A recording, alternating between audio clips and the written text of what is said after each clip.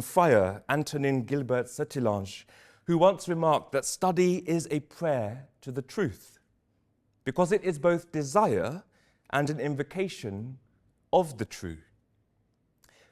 But if study is a prayer to the truth and the desire for an invocation of the true, then we have to ask ourselves, I think, as historians and theologians, the question Pilate asked Christ: what is truth? What is the historian's relationship with what she discerns to be the facts of the past? Next slide. And one more again. One of my greatest influences is someone called Rabbi Abraham Joshua Heschel, who speaks profoundly about awe and the kind of approach that might inspire in us towards what we understand in the world.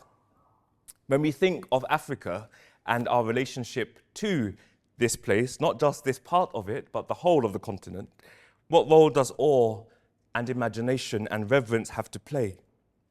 Next slide. Rabbi Heschel says, awe is more than an emotion.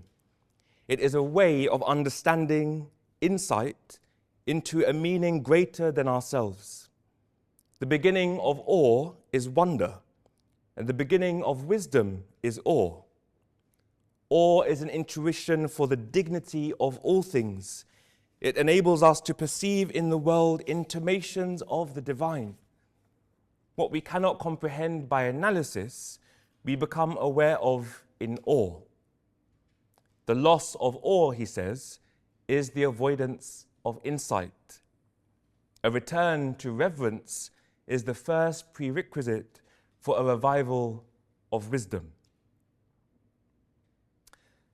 So now I want to help us think about how we relate to time and how we understand an African relationship to time.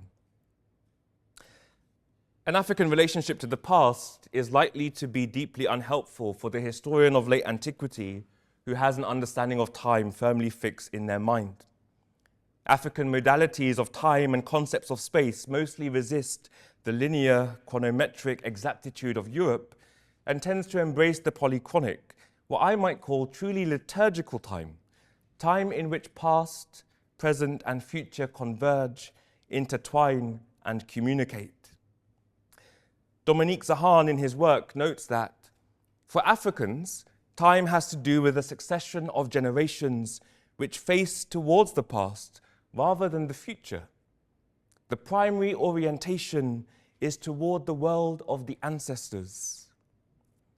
This orientation toward the world of the ancestors is, I suggest, evidence in early African Christian literature. The next slide. This is an image of me looking at some ruins in Carthage and feeling that connection to a past and wondering in my mind if Augustine or Monica or Perpetua ever looked at this same stone. And on the next slide, in a baptistry in Carthage about 2 years ago, wondering what that space would have been like, what sounds it soaked up, who was baptized there.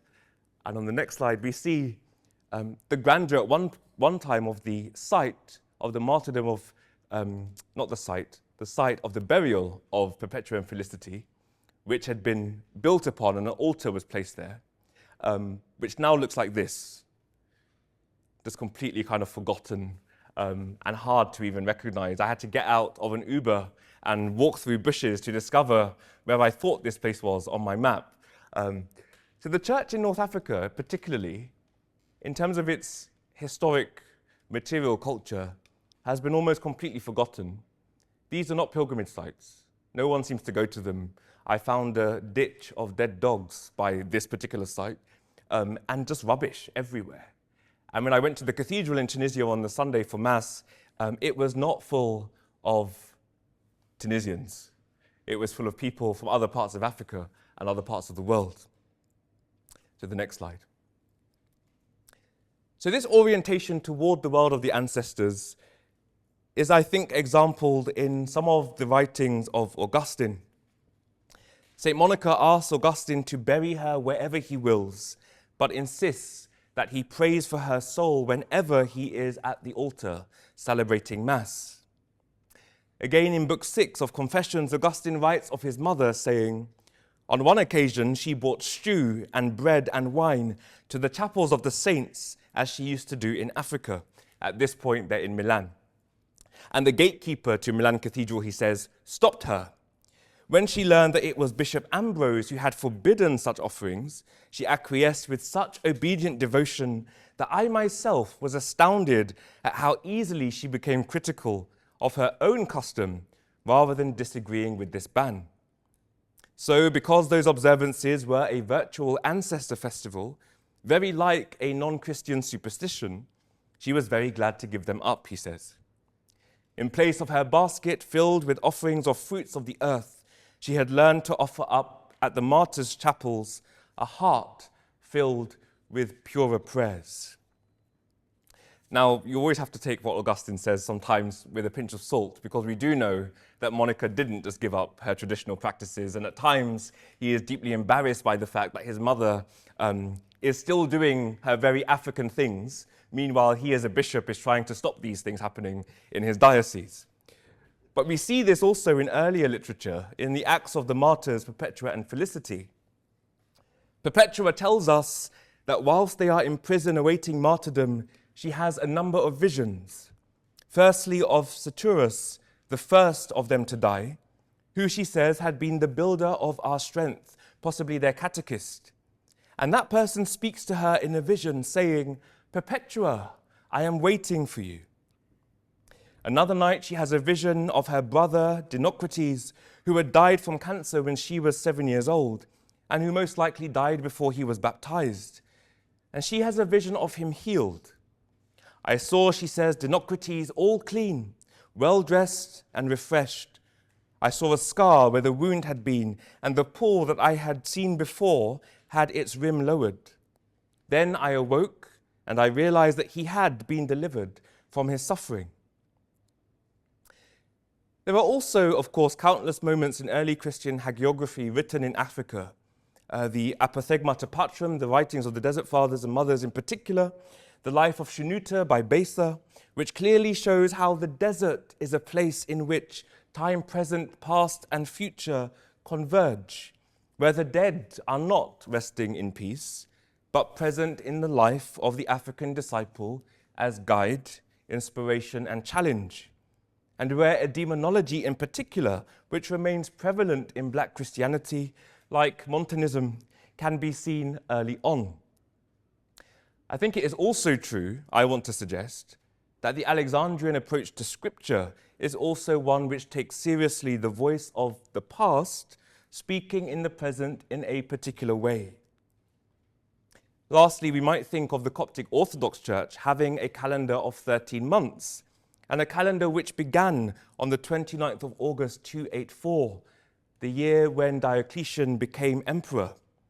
And therefore, Coptic time is set within this context of extreme martyrdom.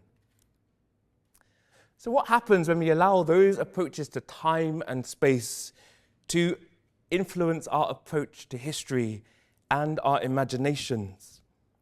How is it that Christians in a land evangelized quite late had the audacity to evangelize a dark continent which had received, treasured, and adorned the light of the gospel with theologians, martyrs, monks, and saints for centuries?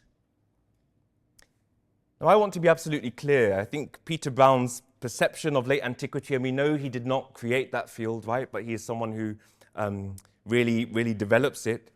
That perception of late antiquity as a particular moment in time is a huge gift to historians, and of all the historians we have seen, I don't think anyone has helped us to imagine the past in the way in which Peter Brown has.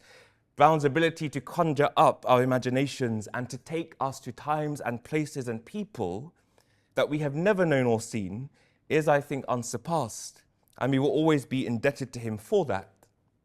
But I do think we can ask, why Marcus Aurelius to Muhammad? Is there something there that traps us in binary thought of a particular dimension? A decline and a fall, civilization and its opposite, sophistication and barbarism, Christianity and paganism, whiteness and its opposite, when in fact, as Brown has shown us at times, the past is much more diverse, much more complicated, much more vibrant. Next slide, please. And again, one more. I want to talk now about Africa as tabula rasa, interrogating this idea of indigeneity and the past. There are two statements that I believe are true when trying to understand early Christianity in Africa. The first is that we must look for the history of Africa beyond Africa. The second is that in the history of Christianity, Europe is peripheral to Africa. That should not be shocking or surprising or in any way controversial, but I often experience pushback when making this point. One of the questions I am often faced with in my work is, how far south did Christianity go in Africa in late antiquity? Next slide. I'm often asked, what did early Christians in Africa look like? How dark were they? How African were they really? And in a sense, I don't believe this to be a question which concerns a black scholar. I'm not sure it's a question which concerns me. When I think of Nubia, that land of dark-skinned people, being one of the world's oldest civilizations, blackness has still been associated with inherent sinfulness, social undesirability, and political threat. Even in early Christian writings written by Africans, there is anti-blackness. So it's not as simple as trying to say that all the early Christians in Africa I'm talking about were black. That's not what I'm trying to say. But as a result, Christianity has often been understood as synonymous with European, with progress, with civilization. Think Kenneth Clark, 1969, standing outside Notre Dame talking about civilization and the history of Europe and Christianity in particular. Next slide. When I use the language early African Christianity, I am not talking about blackness. Rather, I am talking about the idea of a shared heritage, a connection to the land, an understanding of belonging which may well be shaped by food, music, language, spirituality, a proximity to martyrdom, all of which antedate our relationship to blackness as Africans.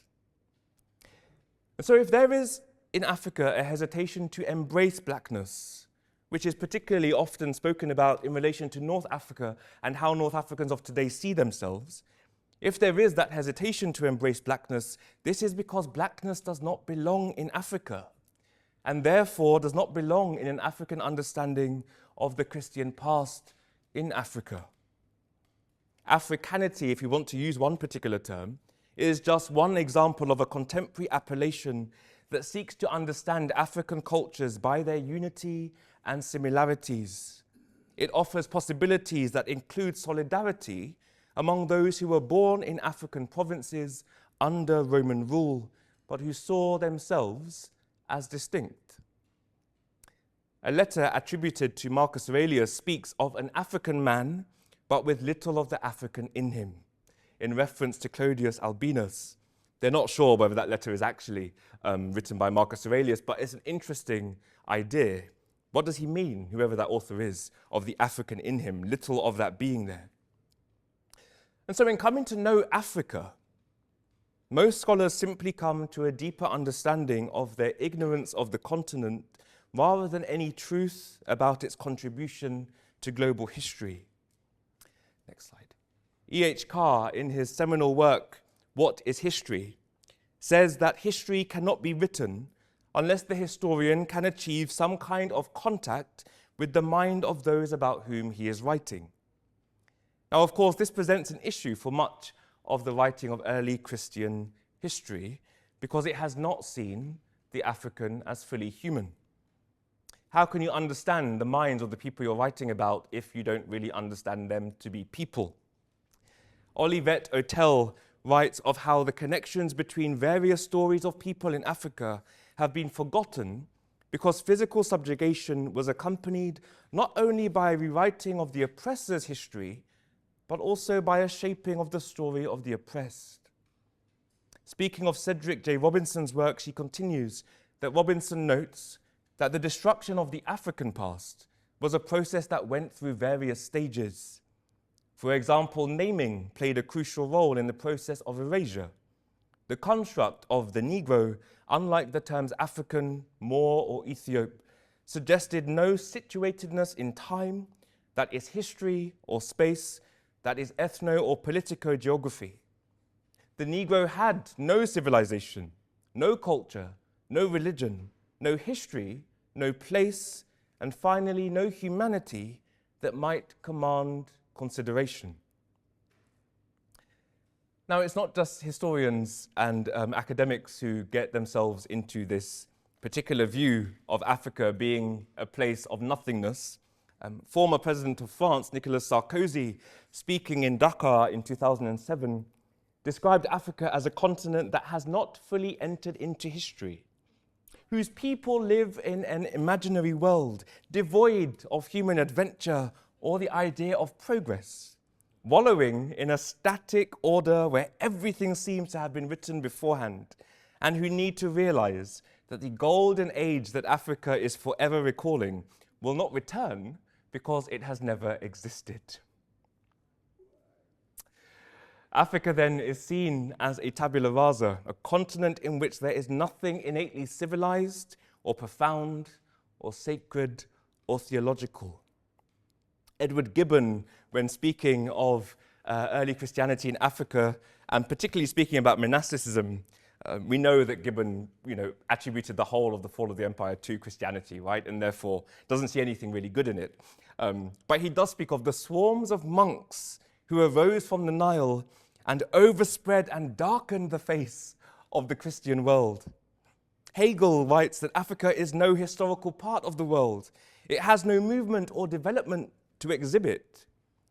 Professor Hugh Trevor Roper, in that's E.H. Carr, we'll go on again. E.H. Carr's great-granddaughter has also written a book following up E.H. Carr's question, what is history, asking what is history now. I won't talk about that particular book, but it's great. There's a lot in there that I recommend to you. Okay, Edward Gibbon, again, another one. There we are.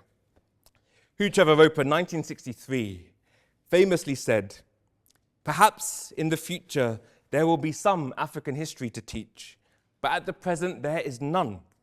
There is only the history of Europeans in Africa.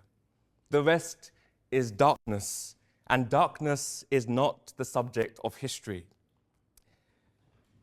And he repeated this statement in 1969, labeling the entire continent as unhistoric. Now, we might think that that's all in the past, but nope. In 2020, David Starkey remarked on live TV that slavery was not genocide. Otherwise, there wouldn't be so many damn blacks in Africa or in Britain. An awful lot of them survived. Professor Nigel Biggar, a fellow priest, retired professor of this university, says in his most recent work that the vicious racism of slavers and planters was not essential to the British Empire, and whatever racism exists in Britain today is not its fruit. In North America, Australasia, and Africa, the policies of the imperial government in London, and consequently those of colonial governments beneath it, were based on the Christian and Enlightenment conviction of the basic human equality of members of all races, and driven by the humanitarian desire to enable less advantaged, less privileged peoples to survive, develop, and flourish. I leave Lord Biggar's statement to your own judgment. Go on one more time. So what's going on? How is it that people who are intelligent, who are people who are spending time researching the past, can have this view of an entire continent as this unhistoric, empty thing, void